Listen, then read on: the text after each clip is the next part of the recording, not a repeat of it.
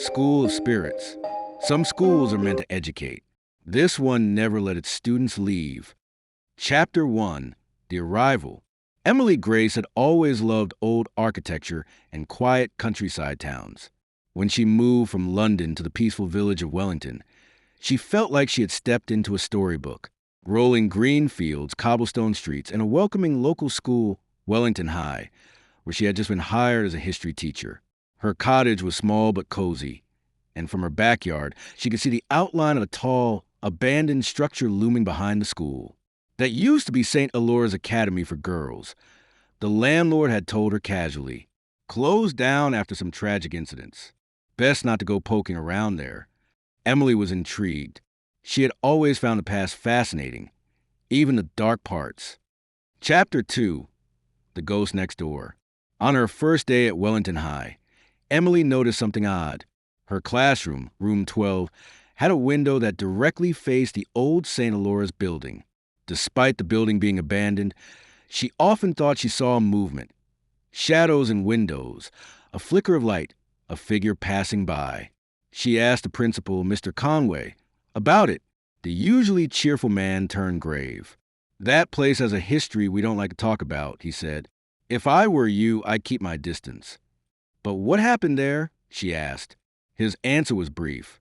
Some say the spirits of those who died never left. Others say they're still learning. He offered no more, and Emily was left with nothing but her growing curiosity. Chapter 3. Whispers in the Hall. Strange things began happening during Emily's first week. Books fell off shelves on their own. Her chalkboard would be covered in handwriting she never wrote, names she didn't recognize. Students talk about seeing ghost girls in the hallways, dressed in old-school uniforms, staring at them silently. One evening, Emily stayed late to grade papers. The school was silent. The sun had set, and most of the staff had gone home. She stood by the window and saw it. A light inside St. Elora's building. She blinked. That place hadn't had electricity in decades. Drawn by curiosity and a strange feeling deep in her bones, Emily grabbed her coat and walked toward the abandoned school. Chapter 4. The First Step Inside. The gate was rusted, and the path was choked with weeds. But the main doors creaked open as if expecting her. Inside it was cold, unnaturally cold. Dust hung in the air, but everything else was preserved. Desks, chairs, blackboards. Some books still lay open on wooden tables, as though their readers had just stepped away. Then she heard it, a faint sound of giggling. Children's voices. She followed the sound to the classroom. Peering through the cracked door, she gasped. A dozen young girls in gray uniforms sat silently, facing the chalkboard. Their backs were straight, hands folded on desks. No one moved. Emily stepped inside. Hello. The girls turned around, their faces pale, lifeless, eyes black and hollow, mouths stitched shut. Then, in the blink of an eye, they vanished. Chapter 5. The Diary. Emily ran, heart pounding, but something stopped at the entrance, an old, leather-bound diary lying on the floor. The cover read, Eleanor Blackwood, class of 1963. She took it home and read through it that night. The headmistress says silence is holy. We aren't allowed to talk, not even whisper. Every day one of us disappears, and no one says a word. We are not allowed to cry. They say it's punishment. But we're not being punished, we're being erased. My name is Eleanor. If you find this, help us. Page after page, Eleanor's entries became darker. She described how girls who disobeyed would vanish, their desks left untouched. And then nothing. The diary ended mid-sentence, ink smeared. Emily realized the girls weren't ghosts in the traditional sense. They were trapped souls, still bound to school, punished forever for speaking, laughing, crying, living. Chapter 6. Warnings and Denials. The next day, Emily showed the diary to Mr. Conway.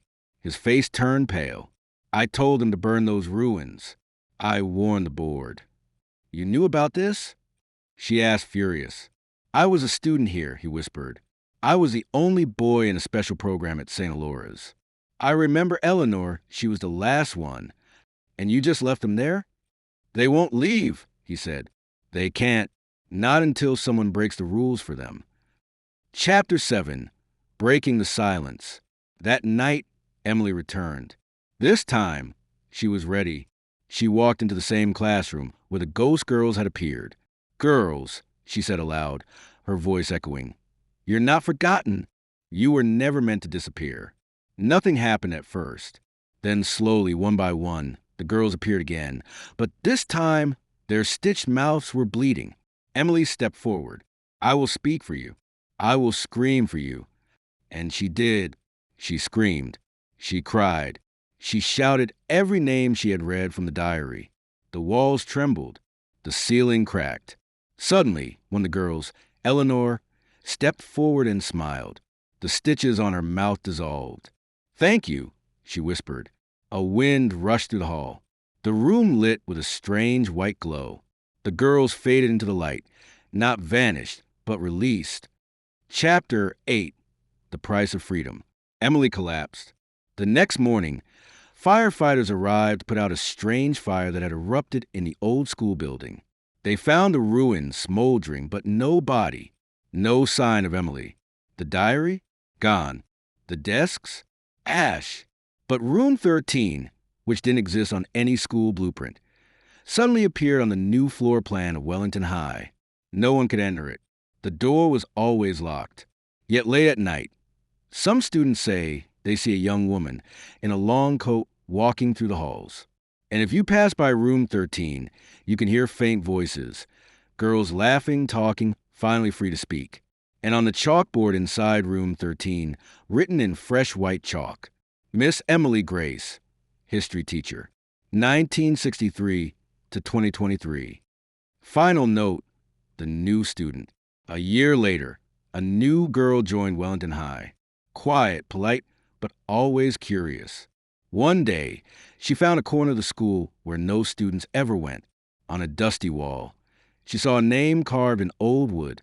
Eleanor was here, and when she turned around, a classroom door slowly opened.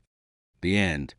If you enjoyed our video, please subscribe to our channel, share the video with others, and don't forget to like it.